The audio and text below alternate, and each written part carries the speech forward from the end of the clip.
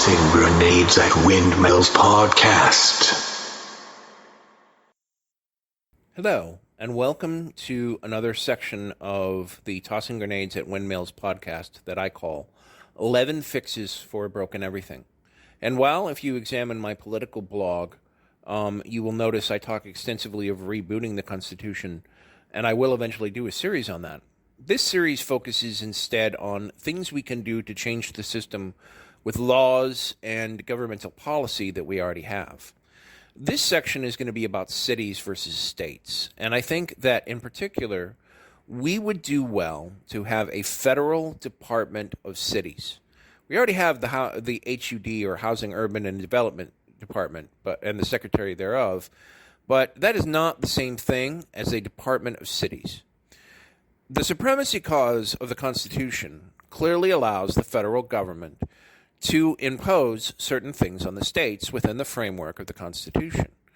More importantly, the federal government has historical powers which are widely viewed, especially by intelligent, centrist, or progressive judges.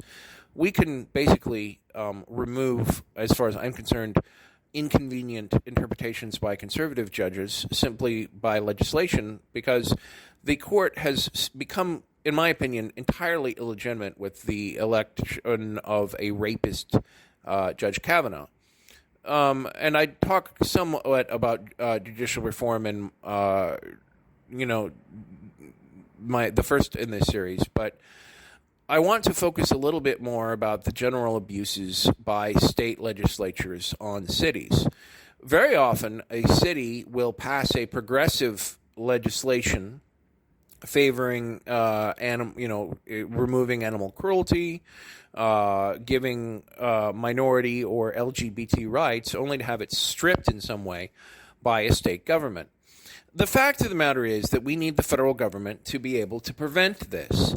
And I think that if this legislation is written properly, there will be a 10-year statute of limitations on when the federal government can review the reversal of a state policy. This will help immunize a Trump government from coming in and, basically trying to prevent liberal blue states from protecting from basically undoing things. There are very few red cities, so I really generally don't think this is going to work both ways. But any policy should be fair, and I have no inherent problem about a red city or a red state doing things in their own boundaries that they find to work for them.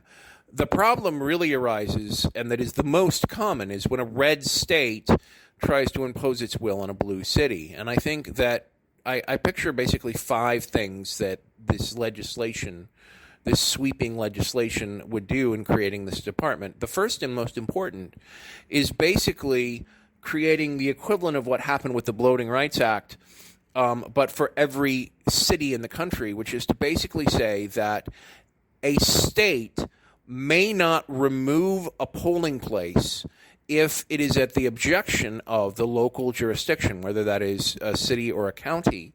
And if the county official does not want that polling place removed or reduced due to supposed budget reasons, that they can prevent a state legislature from doing that. Quite frankly, that or a state official, that alone would be more important than anything else that I've talked about in this series. The federal government can and has protected polling places from abusive state governments, but I have a few other things that I think would help. The second idea would be that a state government cannot remove a county or city policy without federal review. That does not take away the independence of a state. The state has, with its own jurisdiction, already granted a charter to the local government. This simply prevents changing political tides from removing the natural continuity at the local level. It creates additional protection that, quite frankly, is the most churning and most difficult at the state level, because states are very often controlled or taken over by regressives. And regressives basically serve no social good function whatsoever. They lie, they cheat, they steal. And frankly, this is a problem that is as old as civilization itself. I think that the third thing that it could do is that it could, while it is absolutely forbidden in the Constitution for the federal government to emancipate a city from a state, much less allow a city to become a separate state. What it can do is it can absolutely forbid a state from interfering in this process within the framework of a state's own infrastructure. And specifically what I mean is, if a state of its own recognizance has a referendum, despite the fact that the Constitution says that to amend the Constitution, you need to pass it with state legislatures and the federal legislature, referendums did not exist at that time. And sufficiently educated judiciary could say that the will of the people enacted through a referendum is co-equal, if not superior, to the will of the people enacted through the legislature. And specifically, what we could do is create a streamlined process wherein a city, if it wants to secede from a state to become its own state, is automatically prevented from being interfered with if a successful statewide referendum takes place. Or even if a state is able to pass a referendum allowing any local jurisdiction to secede itself. So, for example, if California basically had a popular referendum that said that any city that wants to become its own state may do so, of course, obviously, I understand the crazy people out there, especially the centrists or the incrementalists, are like, well, what if a town of 100 people wants to become its own state? Well, I would say read the Constitution, because the Constitution firmly gives the power to add additional states to the United States Congress. So if the Congress is so high on cocaine that it basically, with both chambers, allows a city with 100 people to become its own state, then so mote it be. The Senate is already flawed enough, and if that actually shows the incredible flaws in our Constitution, then hey, let Crazy Town happen. But realistically, what's really going to happen is that if, for example, California passes this legislation, you might have San Francisco, Sacramento, and Los Angeles all decide that they actually want to be their own state. And they could easily be their own state because they have more people than does Wyoming. You could also probably pass a law that says no city that has less people than the least populated state may become a state, i.e., as long as we got a Wyoming, you can, if you have at least 100,000 people, become a state. Now, the other factor to this is, to me, that basically the key in this legislation would be removing the requirement that the state has to agree to divide itself. So you basically provide the easiest baseline situation where you make it the will of the local people at the expense of the state. Because I'm a firm believer in self-determination. I'm a believer in freeing Scotland or Tibet or Taiwan or Catalan. And as far as I'm concerned, if a city wants to become its own thing, then you should let them. Now, I'm not even going to open the can of worms about a separate country, because that's a whole different argument, and that arguably could or could not be included in a new constitution.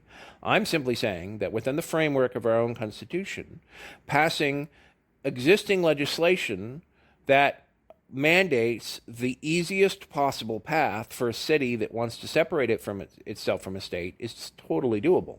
In fact, you could also, in addition to making it so that the federal government or the state government is prohibited from interfering in anything but the most simplistic way, i.e. a single piece of legislation, you could also make it so that any bill to create a new state must be voted on by Congress within a certain period of time, and that if Congress doesn't vote on it within a certain period of time, it's automatically assumed to pass.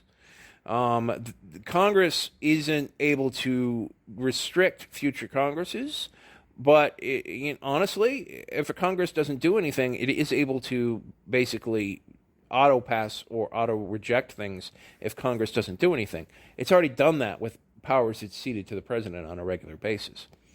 And then I think that another thing that a Department of Cities could do is it could enact the police reform I talked about in a different podcast episode.